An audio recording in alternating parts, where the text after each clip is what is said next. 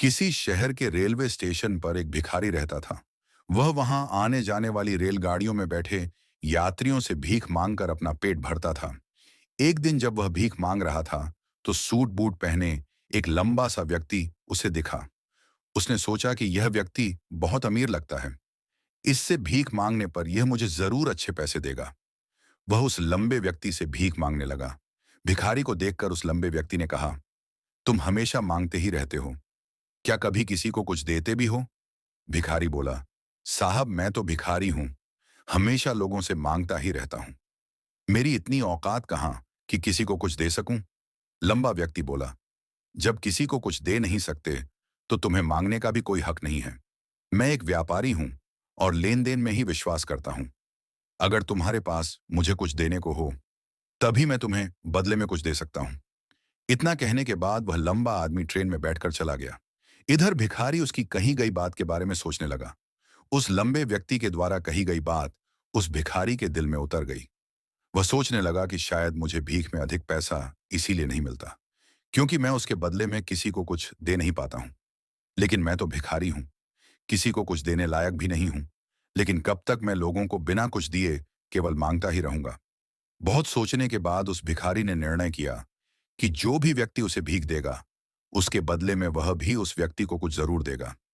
लेकिन अब उसके दिमाग में यह प्रश्न चल रहा था कि वह खुद भिखारी है, तो भीख के बदले में वह दूसरों को क्या दे सकता है?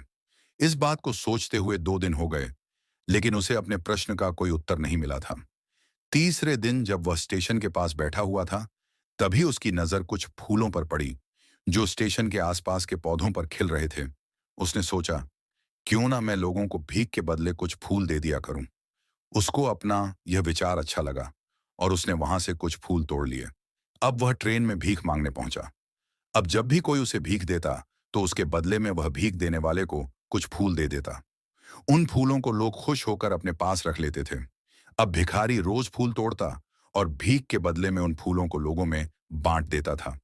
कुछ ही दिनों में उसने महसूस किया कि अब उसे बहुत अधिक लोग भीख देने लगे हैं। वह स्टेशन के पास के सभी फूलों को तोड़ लाता था।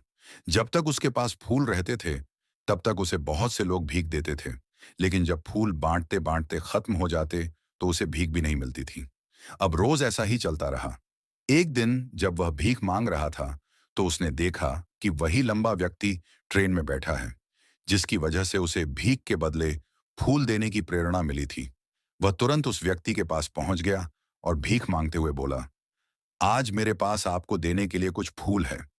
आप मुझे भीख दीजिए, तो बदले में मैं आपको कुछ फूल दूंगा। उस लंबे व्यक्ति ने उसे भीख के रूप में कुछ पैसे दे दिए और भिखारी ने कुछ फूल उसे दे दिए। उस लंबे व्यक्ति को बात बहुत पसंद आई। वह बोला, वाह क्या बात है, आज तुम भी मेरी तरह एक व्यापारी बन गए हो।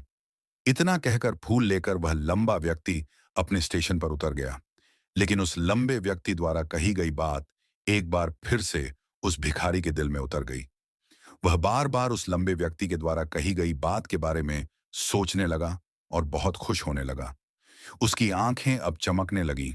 उसे लगने लगा कि अब उसके हाथ सफलता की वह चाबी लग गई है, जिसके द्वारा वह अपने जीवन को बदल सकता है।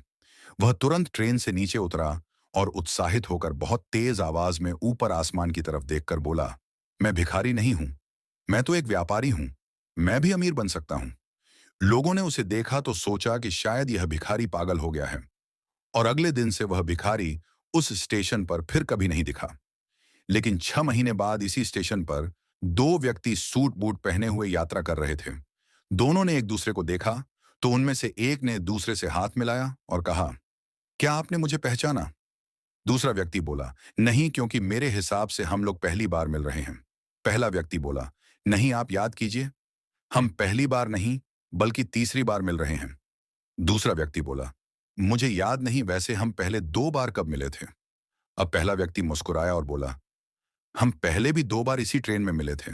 मैं वही भिखारी हूं, जिसको आपने पहली मुलाकात में बताया कि मुझे जीवन में क्या करना चाहिए, और दूसरी मुलाकात में बताया कि मैं वास्तव में कौन हूं। दूसरा व्यक्ति मुस्कुराया और अचंभित होते हुए बोला,